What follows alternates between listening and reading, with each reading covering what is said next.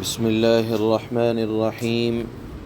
الحمد لله رب العالمين، والصلاة والسلام على سيد الأنبياء والمرسلين محمد وعلى آله وأصحابه أجمعين. أما بعد، فأعوذ بالله من الشيطان الرجيم. بسم الله الرحمن الرحيم. ما المسيح ابن مريم إلا رسول قد خلت من قبله الرسل وأمه صديقة كانا يأكلان الطعام انظر كيف نبين لهم الآيات ثم انظر أنا يؤفكون. قل أتعبدون من دون الله ما لا يملك لكم ضرا ولا نفعا والله هو السميع العليم. صدق الله مولانا العلي العظيم.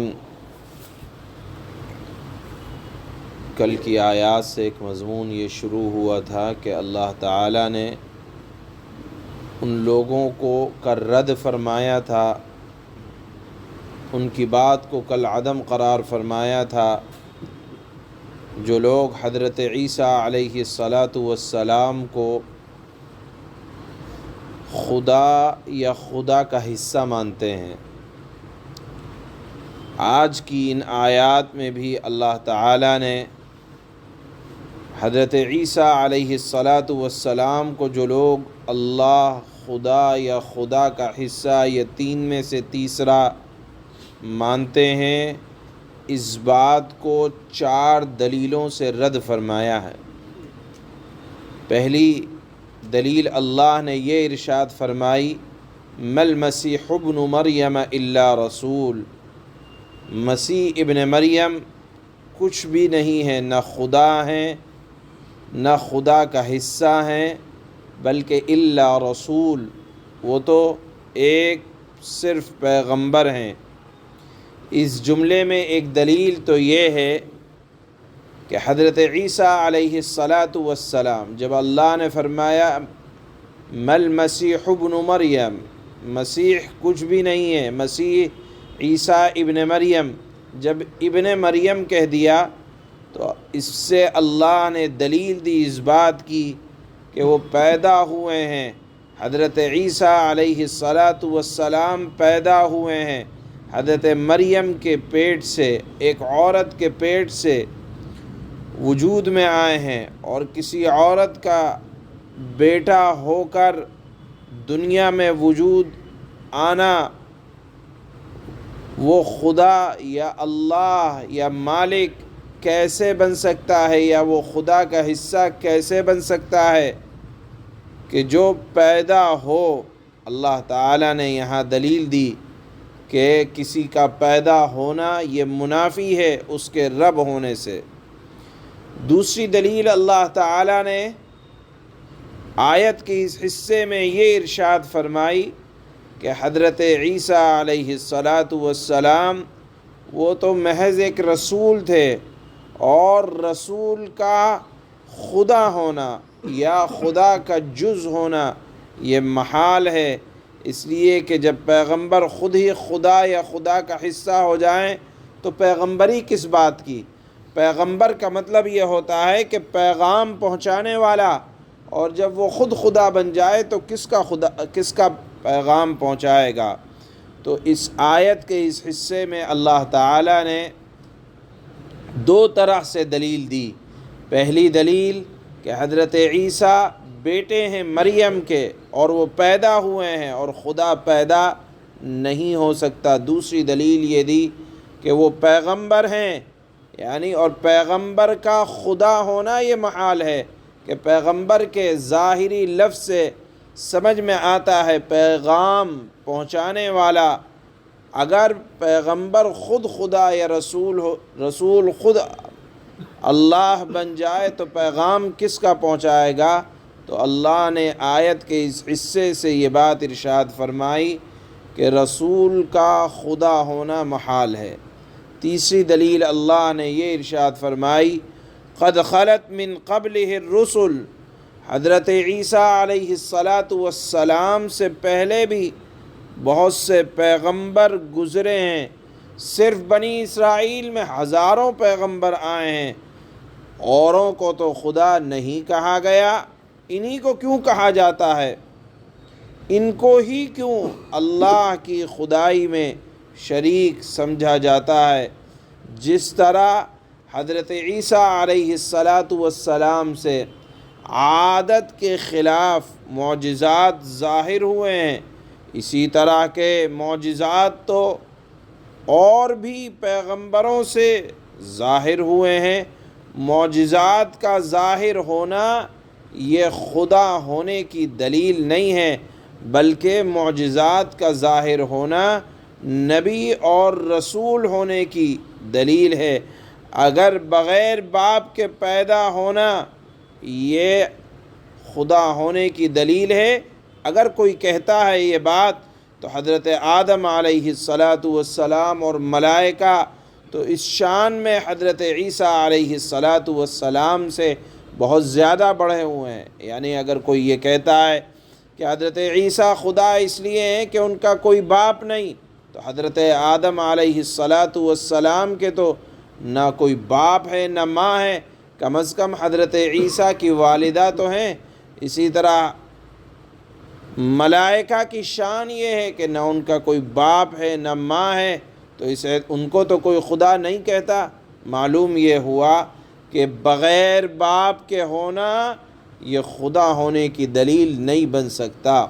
اس کے بعد اللہ نے چوتھی دلیل یہ دی کہ وَأُمُّهُ صِدِّيقَةٌ كَانَا يَأْكُلَانِ الطَّعَامَ، کہ حضرت عیسیٰ علیہ السلام کی والدہ بزرگوار وہ صدیقہ تھیں، بڑی ولیہ تھیں۔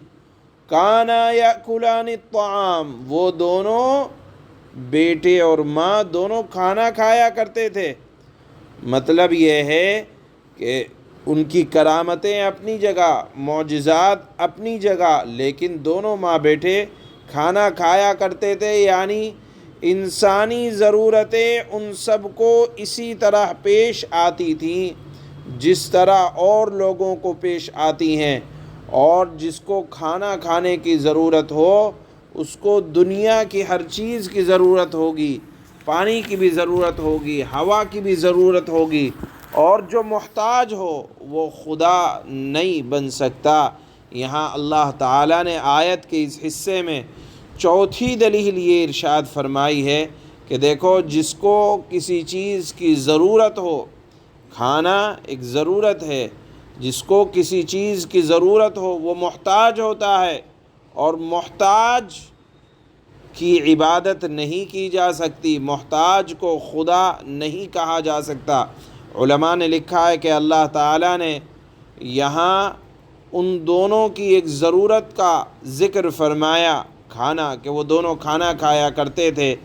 یہ اس چیز کا ذکر اللہ تعالیٰ نے اس لیے فرمایا کہ جو کھانے پینے کا محتاج ہوتا ہے وہ تقریباً دنیا کی ہر چیز کا محتاج ہوگا، زمین میں، پانی میں، گرمی، روشنی، چاند، سورج، اور اسی طرح سے جو کھایا ہے اس کے نکالے جانے کا بھی محتاج ہوگا۔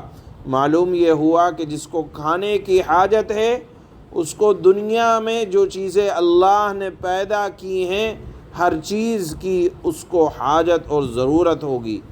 یہ چار دلیلیں بیان کرنے کے بعد اللہ فرماتے ہیں انظر کیف نبین لہم الآیات، دیکھو ہم نے کیسی دلیلوں کو لوگوں کے سامنے واضح انداز میں کھول کر بیان فرمایا ہے، کھلی دلیلیں دی ہیں، لیکن لوگوں کو دیکھو کہ وہ الٹے پھرے جا رہے ہیں۔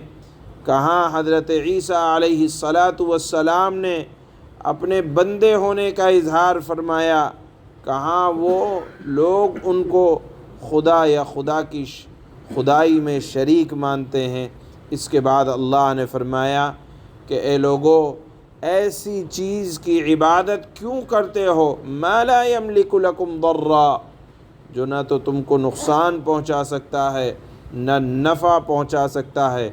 عبادت صرف اللہ کی جائے گی، اس لیے کہ اللہ ہی وہ ذات ہے جو نفع اور نقصان پہنچانے کا مالک ہے، جس سے ہر ایک کی ضرورتیں متعلق ہیں اور اللہ کو کسی کی ضرورت اور حاجت نہیں ہے۔ یہ اللہ تعالیٰ نے ان آیات میں ارشاد فرمایا ہے اور عقیدہ تثلیث کو رد فرمایا ہے، اور حضرت عیسیٰ علیہ السلام کا جن لوگوں نے حضرت عیسیٰ علیہ السلام کو خدا مانا ہے، ان کا رد اللہ تعالیٰ نے اس آیت میں 4 دلیلوں سے فرمایا ہے۔ اللہ فرماتے ہیں ما المسیح ابن مریم الا رسول قد خلت من قبله الرسل وامه صدیقہ كانا يأكلان الطعام انظر كيف نبين لهم الآيات ثم انظر أنا يؤفكون۔ حضرت عیسیٰ علیہ السلام تو مسیح ابن مریم ہیں، وہ تو ایک رسول تھے، اس سے زیادہ اور کچھ نہیں۔ ان سے پہلے بھی بہت سے رسول گزرے ہیں، اور ان کی ماں صدیقہ تھیں، بزرگ تھیں، برتر تھیں، ولیہ تھیں۔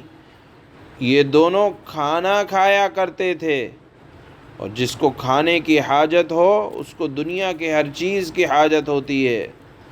انظر، دیکھو، سنو، غور کرو، ہم ان کے سامنے کس طرح کھول کھول کر نشانیاں واضح کر رہے ہیں۔ پھر یہ بھی دیکھو کہ ان کو اوندھے منہ کہاں لے جایا جا رہا ہے۔ قل اتعبدون من دون اللہ ما لا يملك لكم ضرا ولا نفعا واللہ هو السمیع العلیم۔